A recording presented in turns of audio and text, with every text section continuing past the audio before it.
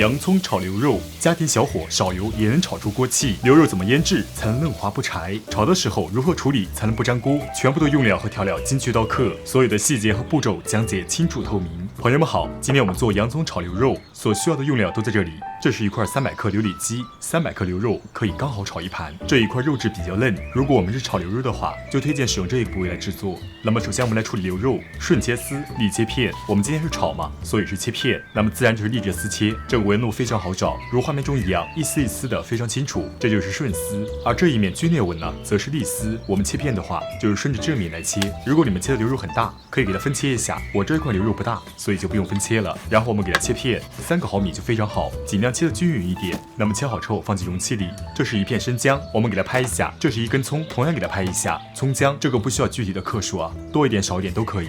然后我们给葱姜放进碗中，加入4勺清水，300克牛肉加4勺清水，既可以保持肉的嫩度，又可以让你的腌制难度更低。因为水分加的越多，腌制的难度也会成倍的增加。然后我们再给葱姜揉捏一下，尽量把葱姜的汁液揉捏出来。葱姜水处理好之后，放在旁备用。我们现在开始腌制牛肉，1勺生抽酱油，半勺老抽酱油，些许的白胡椒粉，1个勺里的食盐，大概在2克左右。然后加入我们刚才准备好的葱姜水，开始抓捏腌制。手法就如视频当中一样，朝一个方向抓捏，手部的动作尽量温柔一点，防止把肉抓碎。把水分和调料抓进肉里，抓到肉起黏。这一步大概抓个3分钟时间。这是抓捏好的样子，底部的水都没有了，因为水分和调料都被吃进牛肉里了。以平烧淀粉、玉米淀粉和土豆淀粉都可以。1勺清水，给它们两者混合均匀，然后加入腌制好的牛肉里。给它们混合均匀，淀粉的作用就是包裹在肉的外层，这样牛肉预热时，淀粉在外层就会凝固，从而阻碍水分流出，那么牛肉吃起来就是嫩滑的。再加入一点食用油，这个油量不做要求，少一点多一点都可以。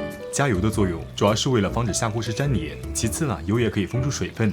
同样把牛肉和油混合一下，腌制好我们就放在一旁备用。我们现在来切下辅料，1颗洋葱对半切开，然后给洋葱切丝，这个丝呢可以稍微粗一点，因为如果你切得太细，下锅一炒它就软掉了，所以建议切得粗一点。切好之后，记着给洋葱分开，这样我们入锅炒的时候，调料可以更好的沾染洋葱，并且可以更容易的炒熟。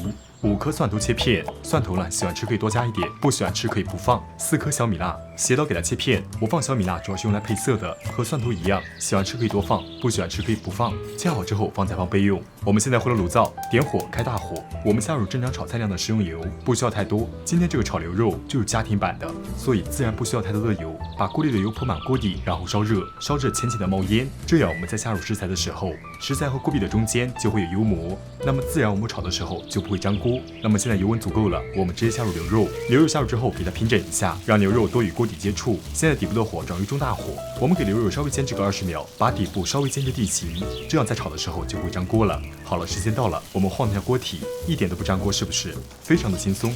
那么接下来我们就正常翻炒了，不需要炒太久，牛肉炒至变色就好了，像这个样子变色了就可以了。此时呢，我们再看一下锅底。炒好的牛肉没有出一点汤汁，这就证明着我们腌制的时候水分被锁在肉里了。那么这个肉吃起来自然就是嫩滑的，不柴的。然后我们把牛肉取出，锅冲洗拿回来，不需要再额外的加油，就用锅里残留的底油就好。底部的火开中火，下入蒜片、小米辣，给它煸炒。这一步煸炒20秒到30秒，蒜片和小米辣炒香后，我们下入洋葱丝，给洋葱煸炒一下。这一步煸炒20秒，因为洋葱非常容易熟，所以不需要炒那么久。我们加入刚才炒好的牛肉，再加入1勺生抽酱油，1勺蚝油，这就是所有的调料。因为牛肉腌制过了，它是有盐味的。我们现在加入调料了，只是增加洋葱的盐味，所以调料不需要加太多。再加入配色的香葱，现在我们给它翻炒，调料翻炒均匀。那么这个菜就制作好了，是不是非常简单？少油有锅气，这个菜真的非常下饭，很好吃。而且这个菜你在减脂期也可以吃，炒的时候少加点油就好了。所以你们学会了吗？那么快去试试吧。